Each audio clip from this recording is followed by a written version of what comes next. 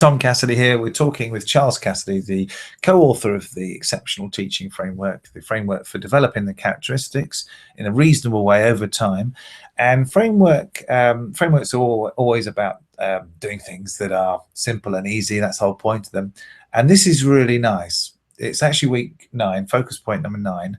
And this is almost the most important thing about the whole framework, this idea of getting out of the way. And the challenge is that teachers are attracted to teaching, in my experience, because they love the feedback when they provide that epiphany, that eureka moment. We love it, don't we? We say, oh, let me show you this. What about this? Isn't this cool?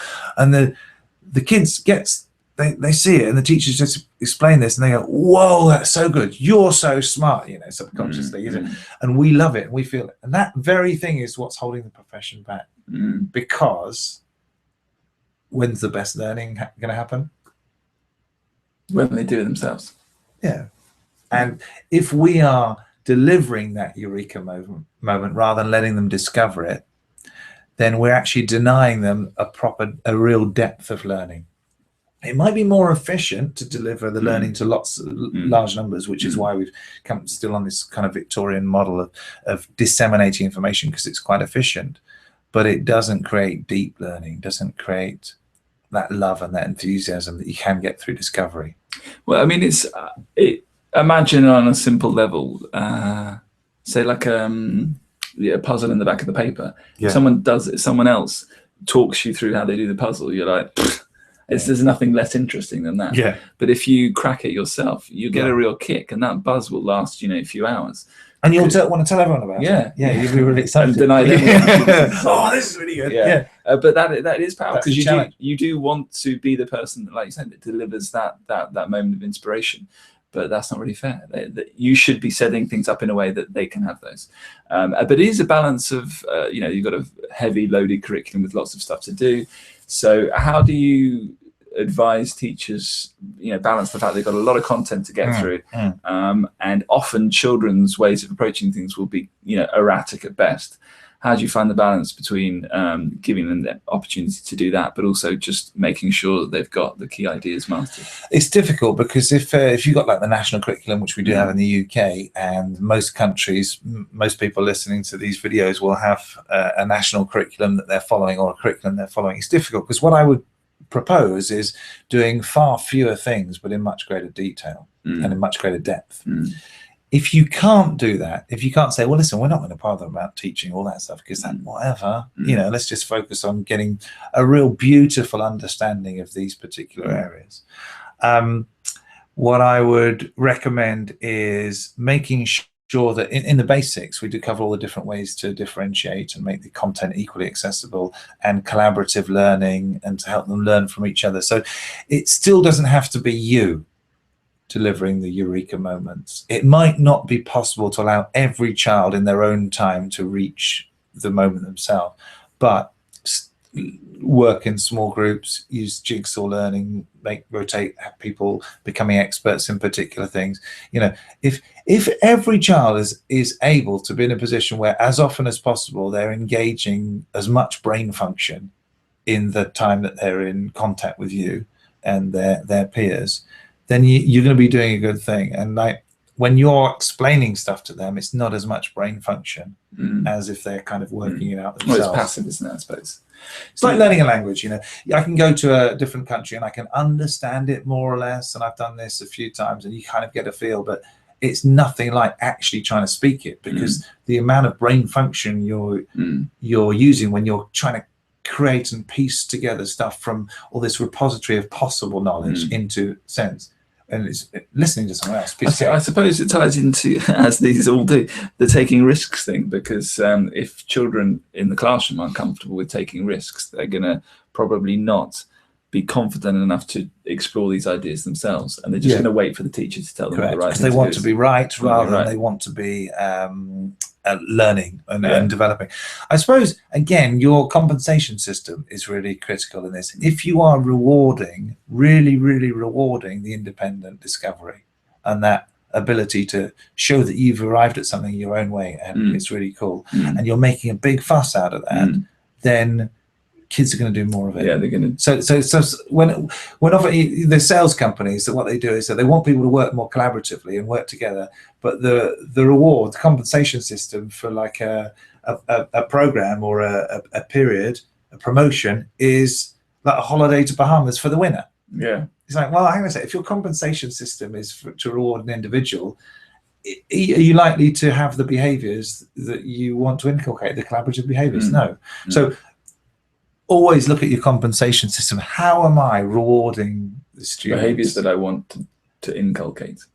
Should be, yeah. So how am I making a big fuss and a lot of praise about, this self-discovery, this learning by doing, this sharing, this working hard, all these things, taking risks? I think, coming back to that idea of balancing the national curriculum, do you think it would be sensible to just try and cover less in a lesson? Yes. Do you think it's a kind of a less is more thing? You say that, coming back to that idea of a focus, I'm going to explore the formula for the area of a circle. That's it. That's all we're going to do this lesson. And if they can, like on a profound level, you can set it up in a way that they can arrive at that themselves. That'll be a really powerful lesson, rather than just, here's a formula, let's get, just learn it and do it 50 times. Yeah, and we'll be good to go, won't we? I believe in, I came up with this idea a while back called topic mining. I think it's really important to stay on as few topics as possible, really mine them to the absolute depth, because if you mine them, then you've got that differentiation built in, haven't you? So you can say, well, this is it. We're gonna see why things are circles.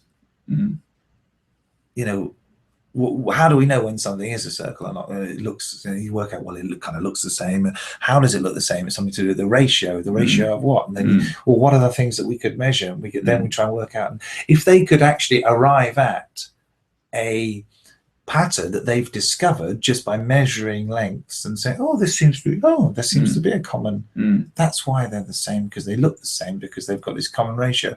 We give this a word, whatever.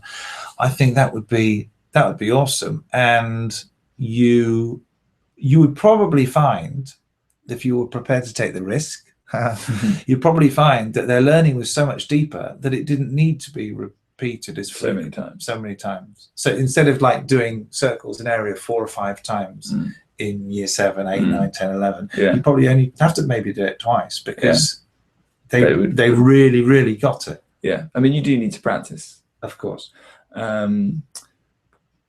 Repetition, space repetition. Effectively, this whole 9x4 cycle is something that's called space repetition software, which is that they work out the best way to learn something is to do a little bit and then repeat at a certain time. They work out the optimum time. So what we're doing with this is, so if every 9 weeks you're focusing on getting out of the way, and you're just drawing attention to this and making sure that your compensation systems are rewarding and all that sort of stuff, then it will work gradually. It's not something you can just bring in just like that. Yeah. So I think there's no easy solutions that also create instant change. Yeah. There's easy solutions which create change over a long period of time.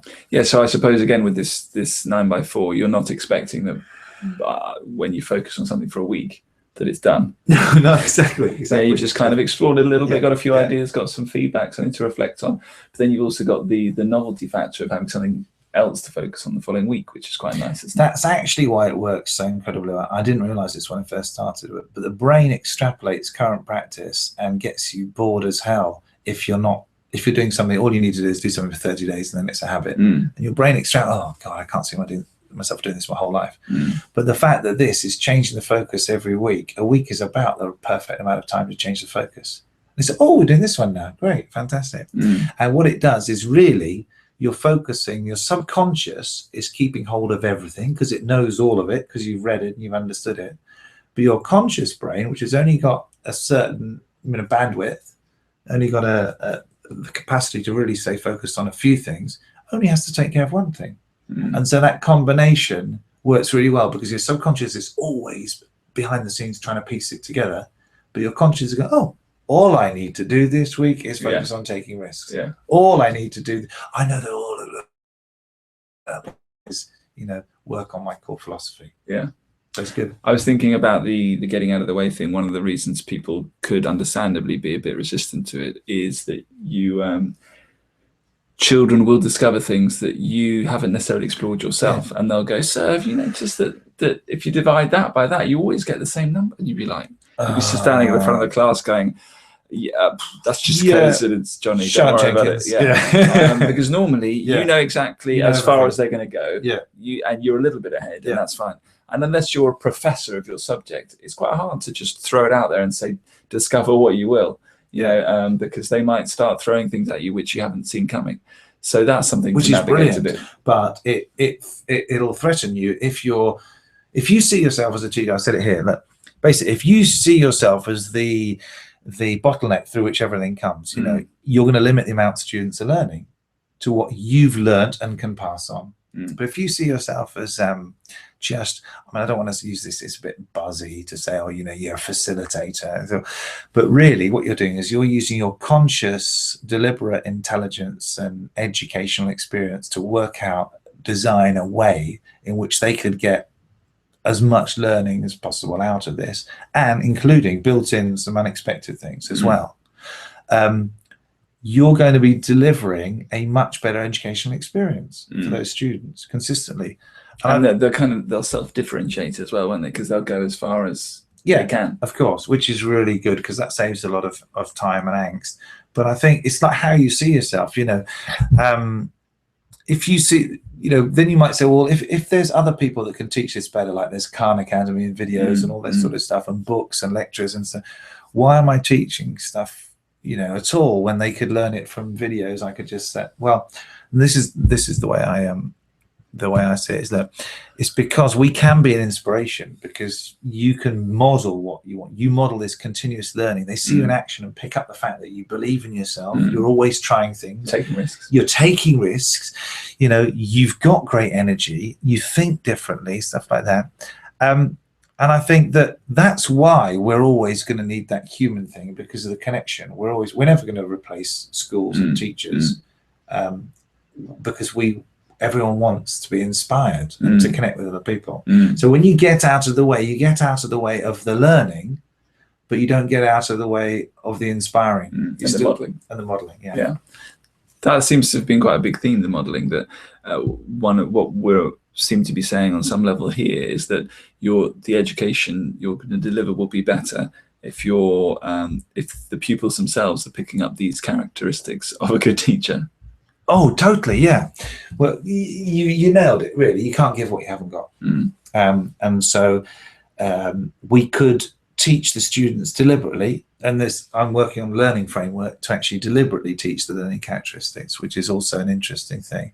Or we can teach the teachers this and they can model it, and both are going to work. Exactly. Both are going to be great. But also that second way is good for the teachers, but also obviously shows pupils a richer way of living, I suppose. It's awesome. Yeah, love it. Okay, so get out of the way. Yeah. All right, let's go. We're going to have some lunch. Cheers.